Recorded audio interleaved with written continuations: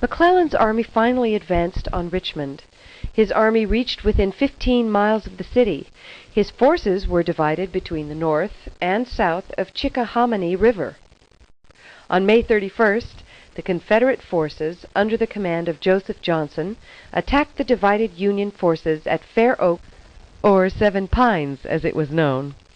The plan was simple, but the execution failed totally. The Confederate forces attacked piecemeal instead of in one group. The result that no significant ground was gained. 6,134 Confederates were killed or wounded, as against 5,031 Union troops. One Confederate casualty was more important than the others. On the evening of May 31st, Confederate Commander Joseph Johnston was severely wounded. Robert E. Lee was appointed as the new Confederate commander. One of Lee's first actions was to order James Ewell Brown Stuart to scout out Union positions. Stuart led his 1,200 cavalry troops on a 3-day ride around Union lines. In his spectacular ride, he completely encircled Union forces. Lee knew that he had to attack before McClellan could begin a siege of Richmond. On June 26th, he attacked at Mechanicsville, the far flank of the Union line. The brunt of the attack was made by the forces of A.P. Hill. It was a lopsided fight. The Confederates sustained 1,500 casualties, while the Union sustained only 400. McClellan felt that with overwhelming Confederate forces liable to attack, he should withdraw the forces to a more defensible position at Gaines' Mill. The next day, Lee attacked again. The battle went on for the whole day. By the end of the day, Confederate forces succeeded in breaking through Union lines at Turkey Hill. When the result of the battle became known, McClellan made the decision to give up his base of supply at the White House and move it to Harrison's Landing. He gave orders for all his forces to retreat to the James River.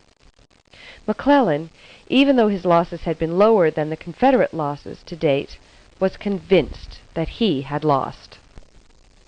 In a letter he wrote, "If we have lost today, we have yet preserved our honor, and no one need blush for the Army of the Potomac.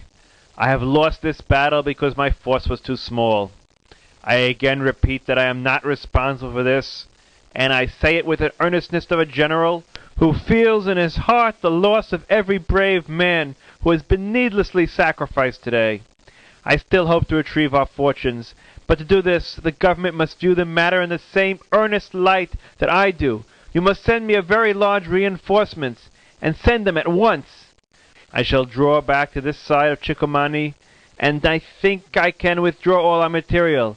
Please understand that in this battle we have lost nothing but men, and those the best we have. In addition to what I've already said, I only wish to say to the President that I think he is wrong in regarding me as ungenerous when I said that my force was too weak. I merely reiterated a truth which today has been too plainly proved. I should have gained this battle with 10,000 fresh men. If at this instant I could dispose of 10,000 fresh men, I could gain the victory tomorrow. I know that a few thousand men more would have changed this battle from a defeat to a victory. As it is, the government must not and cannot hold me responsible for the result." McClellan had over 60,000 troops that were not engaged during this battle. As the Army of the Potomac withdrew across the peninsula, Lee attempted to destroy it at Savage Station on June 29th and Glendale on June 30th. Lee made a final effort at Malvern Hill to destroy the Union Army. The hill was well defended, and 5,590 Confederates died while trying to scale it. The Union lost only a third as many. So the 7 days campaign came to an end. The Confederates, who had started out with less men than the Union, lost more in the campaign. However, when the battle opened, Union forces threatened Richmond. When it ended, McClellan's Army of the Potomac was bottled up in Harrison's Landing.